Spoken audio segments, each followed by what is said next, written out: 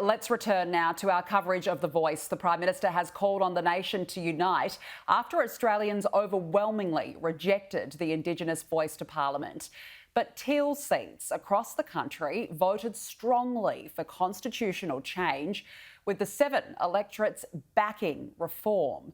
Joining me now live is Independent MP Zali Steggall. Zali, thank you so much for your time this afternoon. Firstly, what's your reaction to the result? Look, I am ultimately gutted. I have to say that Australians were not willing to embrace a generous invitation to have meaningful recognition in our Constitution for First Nations Australians. So ultimately, I'm incredibly disappointed in that fact. At the same time, I'm very encouraged and proud of my community that embraced this opportunity and was not led by misinformation. And I think the result for me really shows that in areas where there was good information, where maybe there were more proactive MPs prepared to get that information to their community, you didn't see the misinformation take hold in the same way. So for me, I think there's hope, but ultimately today, I think I am very sad, and my thoughts are with our First Nations communities and the incredible leaders this debate has revealed, which I think is at least the silver lining, that we have raised the issues that First Nations communities face. We are all aware of them now, to a much greater extent, and we have really identified incredible leaders. So I know they are tired and heartbroken, but I really want to say to them that we are here in solidarity with you. Where did the Yes campaign go wrong in your view? There's no doubt there was a lot of significant support at the very start of all this. What happened? My personal view is that this was politicised by Peter Dutton. I think there was political opportunism in this situation to the minute this was branded as Albanese's voice when it just wasn't.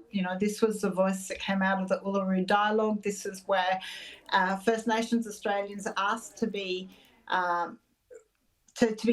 They asked to have meaningful recognition in our Constitution.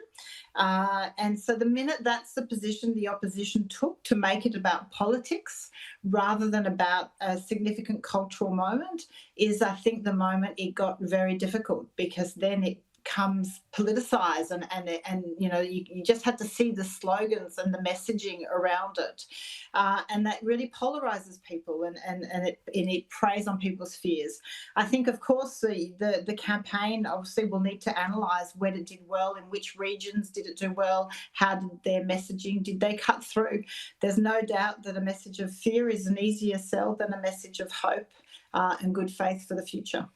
Let's look at the trend in Teal seats. Most across the country, including your own, backed change and voted yes. I believe about 59% of voters in Warringah said yes. Why do you think that these seats in particular bucked the overall trend? Well, look, what I have to say is a huge thank you to my community and to the incredible volunteers. We had 840 volunteers that came together over the course of the last 6 months. They tirelessly attended markets, had conversations, we hosted forums, they were out door knocking. And so we had the conversations. So we had that opportunity to talk to people, to make sure people understood, make sure people had the access to read the constitutional amendment, read the proposal.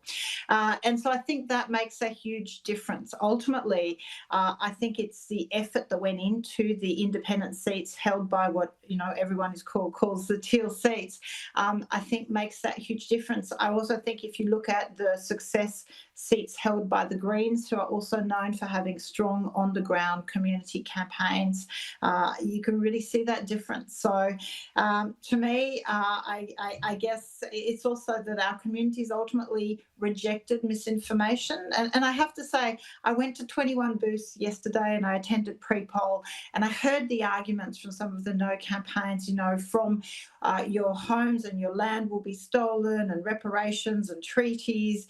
And there was a lot of fear and misinformation being conveyed. And unless you were also receiving the counter argument to that, it would be incredibly difficult for communities to see through that. But do you agree, though, that there was a lot of confusion. I mean, talking to a number of voters at the polling booths, they still didn't understand what a voice to Parliament meant. Was that a factor here? Well, I think I think yes. The difficulty is everyone keeps talking about this being about the voice to Parliament. First and foremost, this was about constitutional recognition of Aboriginal and Torres Strait Islander people.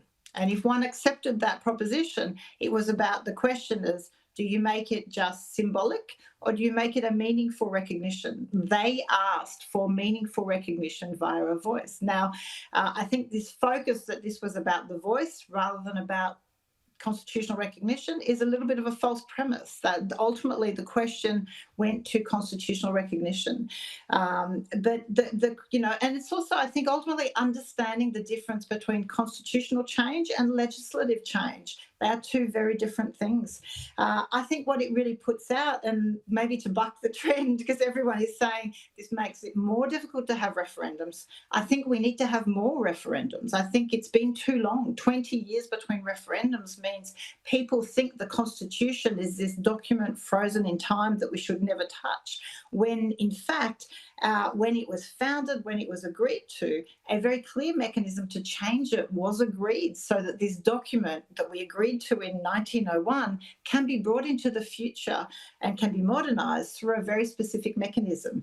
But I think you need to bring the community and the Australian people on board, and you don't do that by never having this discussion, for 25 years. So I think we need to have more regular referendums to enable people to better understand how our Constitution works. No doubt there's more analysis on this to come. Zali Steggall, we have to leave it there. Thank you very much for joining us this afternoon. Thank you.